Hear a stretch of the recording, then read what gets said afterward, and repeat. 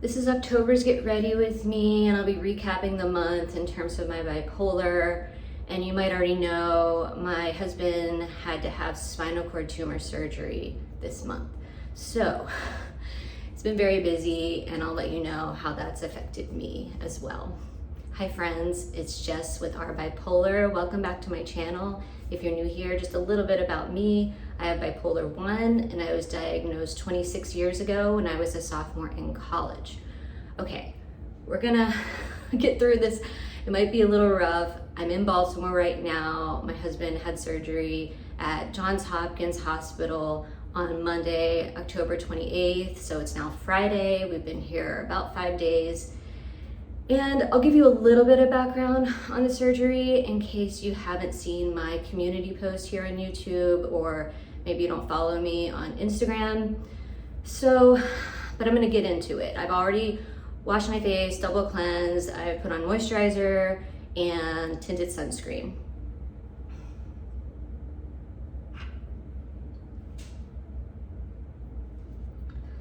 Okay, and so I might not get to edit this video, so I'm gonna try to keep going and just keep talking. Now, our whole month has been consumed by just finding out he had to have surgery, doing the surgery. So back in the beginning of the month, and I'm a little shaky, you know, there's a lot of anxiety, and also I had to up my antipsychotic just to try to ward off any mania. That's what I tend to go toward. So my husband has this spinal cord tumor. It's actually called an intradural extramedullary dermoid tumor. It's very, very uncommon, even amongst spinal cord tumors. So he was born with this. He found out he had it when he was 13 years old. And one day he went to get up for school and he couldn't. He had lost the use of his legs. So he had emergency surgery at 13. And since then, well, for a while it was kind of okay. He didn't really know that he had to do anything else. He thought he was kind of good for the rest of his life. But when he was in his early 20s, symptoms returned. He had pain and numbness in his legs. He actually thought it was because he was working a machine at work with his legs. He was a picture framer at that time, and he thought it was just from, you know, overusing his legs. But it was the tumor. The tumor can return because it can grow. It's made from skin cells, actually. So when his body was formed in the womb, skin got kind of caught inside his spinal cord. So he had surgery a second time and a third time in quick succession in his 20s. And then the doctors were like, we can't keep doing surgery so quickly in succession. So they developed a procedure, a radiologist did, kind of like a spinal tap, where they would draw out fluid from the tumor. And he did that for almost 25 years. So like as long as I've known him, he's had these procedures, and he would go to Virginia to have them because that's, you know, where they developed this. So he, as far as I knew, he would go about every 5 or 6 months is when the tumor would kind of start pressing on his nerves again, and he would start experiencing the pain and numbness in his lower body. So that kept going until this year on my birthday, actually. On October 4th, he called me from Virginia and said that they can no longer do the procedure, it seems. They had done an MRI and there was no longer fluid in there to draw out. It seems the tumor had become solid tissue. I'm sorry if this is too much information. But in any case, very quickly, he found one of the best surgeons in the country here at Johns Hopkins to perform a surgery. And it all came together very quickly. They, you know, moved time for him in the OR so he could get in quickly because, you know, the symptoms are just going to keep progressing and getting worse. So he had surgery this past Monday, and it's going to be a long recovery. he's going to be in the hospital at least another few days, and then he will come home to Pittsburgh and start about a 3-month recovery at home. Well, he'll be out of work. And luckily I work from home, so I can help him, you know, as much as he needs. So, you know, my daughter is back in Pittsburgh with my mom, and of course it's, you know, the week of Halloween, so she's doing all that without us, and we're, you know, kind of missing out on that, but we're just so thankful that he was able to get the surgery. He's doing well. I don't want to get too far into how he's doing, but he is doing well. I'll say that. He is able to walk. He hasn't lost any motor function from the surgery. You know, you're dealing with the spinal cord. He really had the chance to lose function, all kind of function below the waist. But the chances were low, but still, it's, you know, it's a possibility of these kind of surgeries. So he's doing pretty well. It's rough, you know, it's very rough, but he's kind of getting along and progressing a little bit each day. And so I'm here in Baltimore with my dad. He came with me. I'm very, very lucky to have such a supportive family. It's, you know, it's been wonderful. So as for how I'm doing, I'm not sleeping well at all. And it's been hard because I don't know how to. So I don't feel like I'm going into mania yet, but I know that I will if I don't start sleeping better. And I had an appointment with my psychiatrist a couple days ago, and you know, we were talking about the sleep, and I had to increase my Seroquel, the antipsychotic, and even when I increased it, the sleep didn't improve. So since Monday, so for like 5 nights now, I've lost I've lost 3 hours every night. So yeah, it's not good. And what really is kind of scaring me is by this last morning, instead of waking up really exhausted and tired from not getting enough sleep, I just felt kind of fine. Like I got up at my usual time, and that is a bad sign. If you have bipolar, I'm sure you know that, like, if you're starting to lose sleep and you're not feeling tired, that's a big sign you could go into mania. So, you know, I've been up, so I'm upping up to my Seroquel more. And last night I did sleep slightly better, I think. Like I didn't lose 3 whole hours. I was up a lot, but I didn't just like wake up at 4 a.m. and up the entire time. I think I went back to sleep a little bit. So that's encouraging. And so, you know, my makeup is not gonna be the greatest right now. It's like 7 a.m. And, you know, my makeup is not the greatest anytime.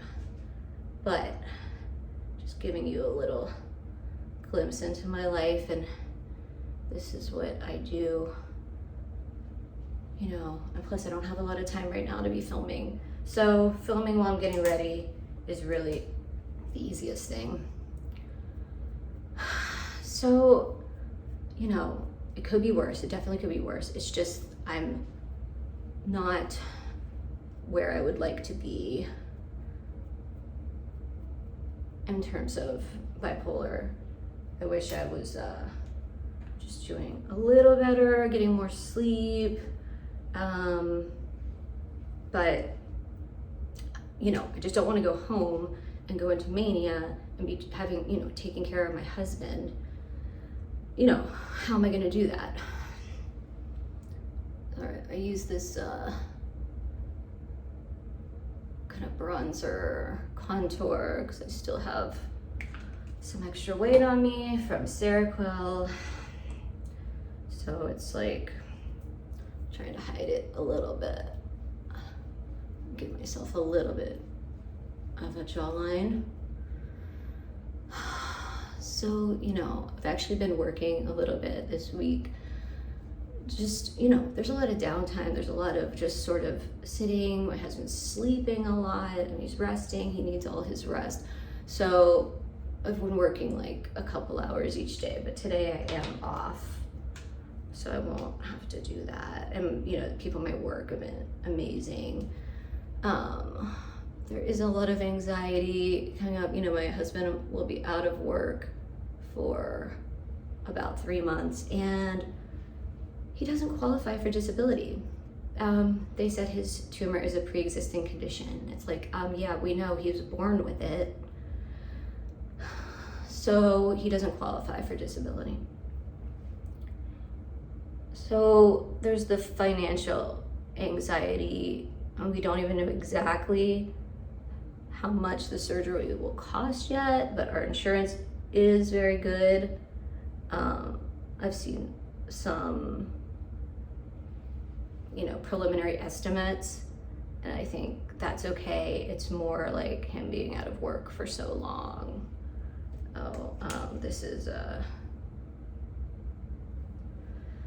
so, you know, we're just trying to get through. I mean, we're like in, this is like the high stress mode, dealing with bipolar,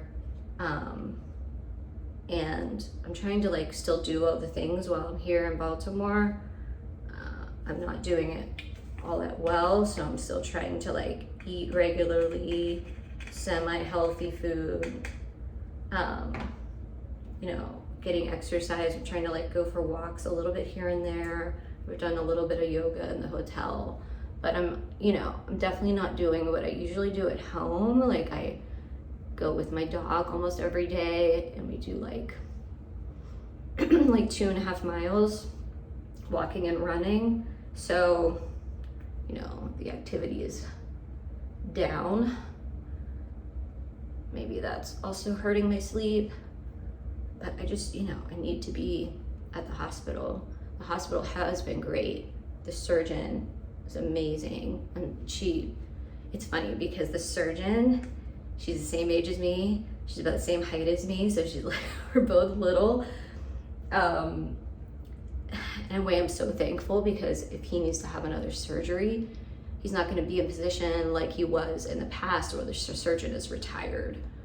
So it's actually a great thing.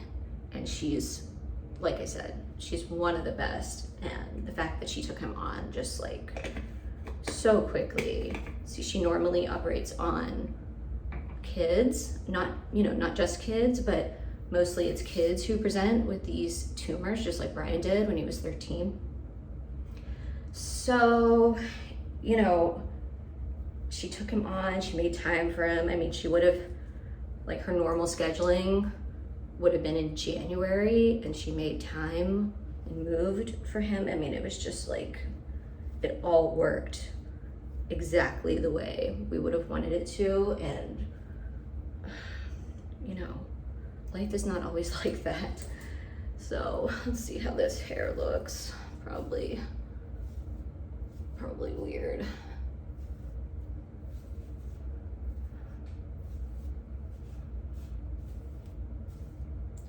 So yeah, you know, we have a long ways to go.